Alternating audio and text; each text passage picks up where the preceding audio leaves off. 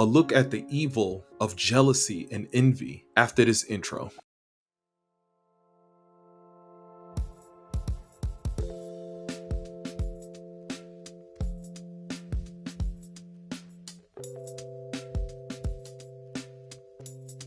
When God gives you that peace, you will rest in His security, His protection, His comfort, His love. What's up, guys? Welcome back to another video. Today we are in chapter 18 of 1 Samuel. We're going to be talking about the evil within jealousy and envy, why we should not be jealous or envy anyone, never want to walk in the shoes of anyone, and never want to be like someone else, but to walk in our own. King Saul did this to David, make an attempt on his life, trying to kill him, trying to take him out because he was jealous. And how we see the evil within his heart. He was not a man that was seeking after God's heart, but was acting out of his own and with the help of evil spirits. Let's get right into this video. Open up your Bibles to 1 Samuel chapter 18, and we're going to start at verse 1.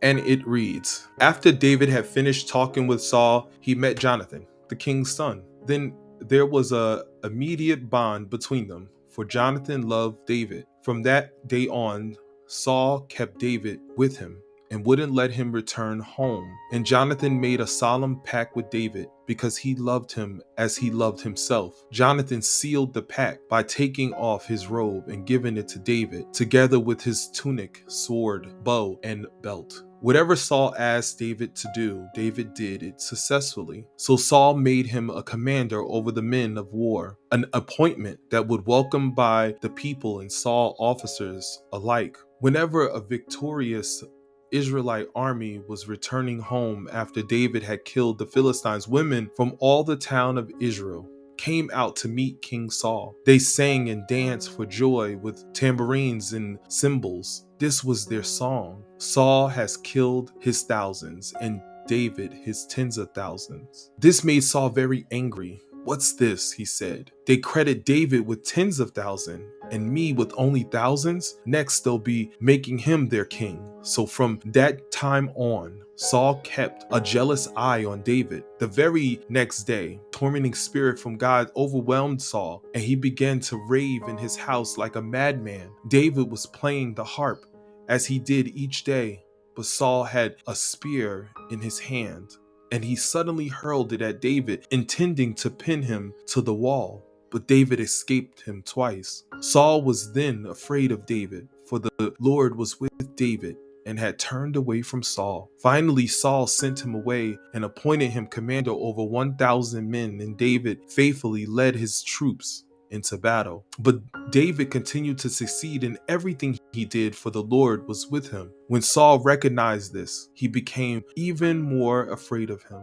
But all Israel and Judea loved David because he was so successful in leading his troops into battle. One day, Saul said to David, I am ready to give you my older daughter, Merab, and your wife as your wife. But first, you must prove yourself to be a real warrior by fighting the Lord's battle. For Saul thought, I'll send him out against the Philistines, let them kill him rather than doing it myself. Who am I? And what is my family in Israel that I should be the king's son-in-law? David exclaimed, my father's family is nothing. When the time came for Saul to give his daughter Merab in marriage to David, he gave her instead to Adriel, a man from Moholah. In the meantime, Saul's daughter, Michal, had fallen in love with David, and Saul was delighted when he heard about it. Here's another chance to see him killed by the Philistines, Saul said to himself. But David, he said, today you have a second chance to become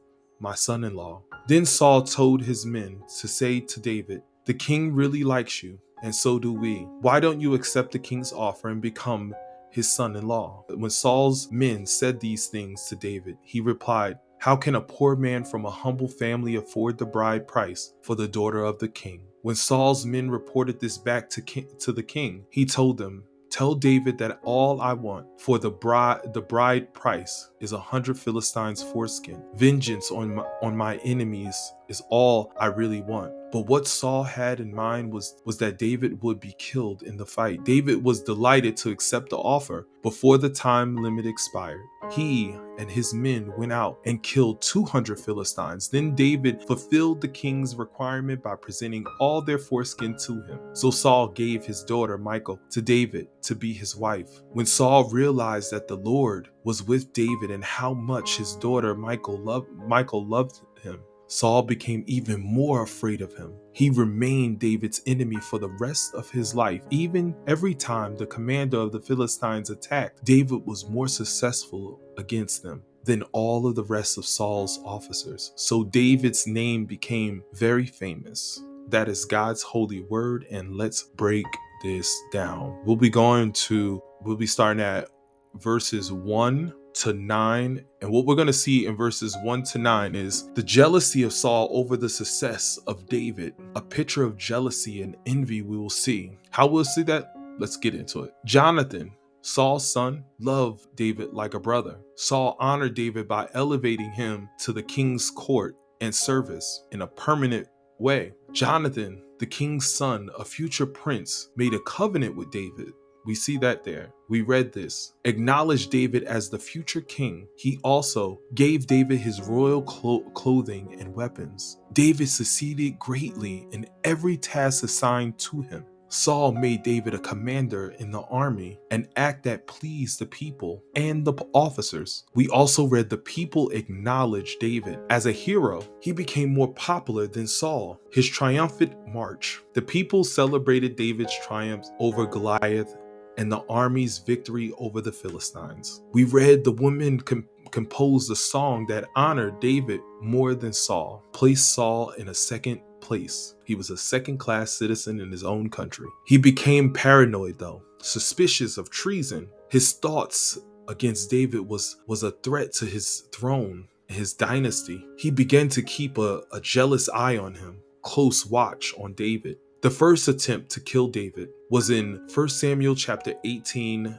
10 to 11. And what do we see there? A bitter hatred, a spirit of rage and fury aroused by jealousy. Saul was gripped by an evil spirit and began to prophesy, ravaged like a madman, stated in the NLT. Saul attempted to kill David. He threw his spear at David twice, but David escaped though. We see that. Now what we'll do is we'll go down to 12 to 16 and we'll break that down, right? So what we'll see here in 12 to 16 is the second attempt to kill David. Fear and division and sinister plot aroused by jealousy. Saul was abandoned by God. We know that, and we read this.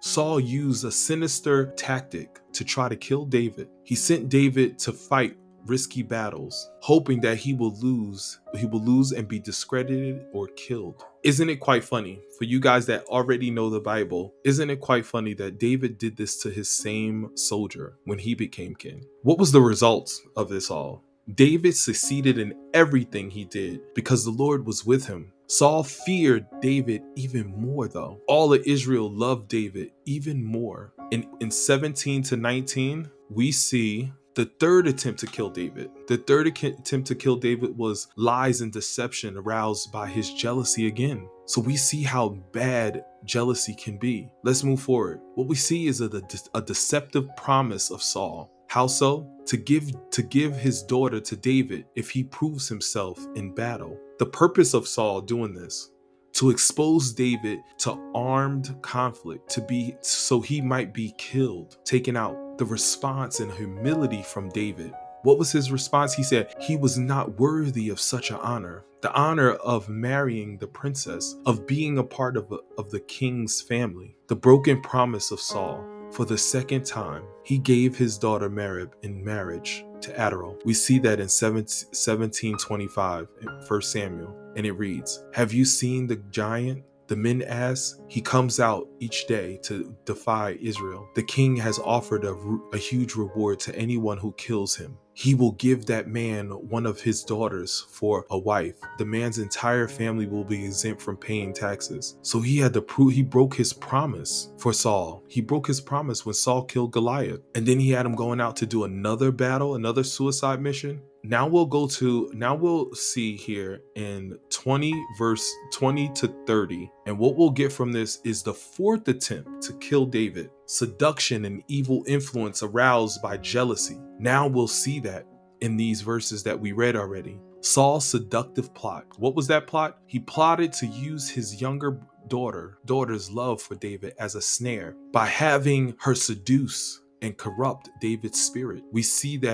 We read that in 1913, verse 19 to 13. Then she took an idol and put it in his bed, covered it with blanket, and put a cushion of goat's hair at his head. A seductive plot. The result was God's protection will be removed. Offered Michal in marriage to David. Sent attendants to speak confidently with David, seducing and enticing him with misinformation, lies, and stuff like that. We also have read David's rejection of marriage proposal. He lacked wealth to pay the dowry. He lacked the social status. Also, we see here Saul's second seductive offer to David. And what was that? David could earn the dowry, the bride price for Saul's daughter, by killing 100 Philistines, waving that carrot over his head, always moving the goalposts. Saul's hidden motives and secret hope that David would be killed in battle. That was his hope. That was his motive. David's acceptance of the terms. David accepted these terms. How did he accept these terms that we read? David agreed to become the king's son-in-law.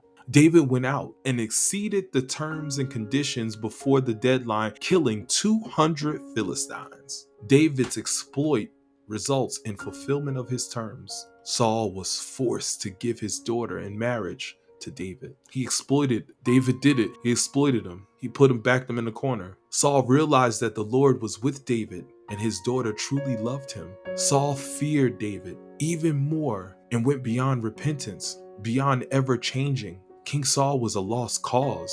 David's continued success in battle and becoming more famous than ever before. Okay, though, so this ends part 1 of look at the evil of jealous and envy, and we'll continue on with this in the next video. God bless you and God bless your family. I'll see you over in the next video.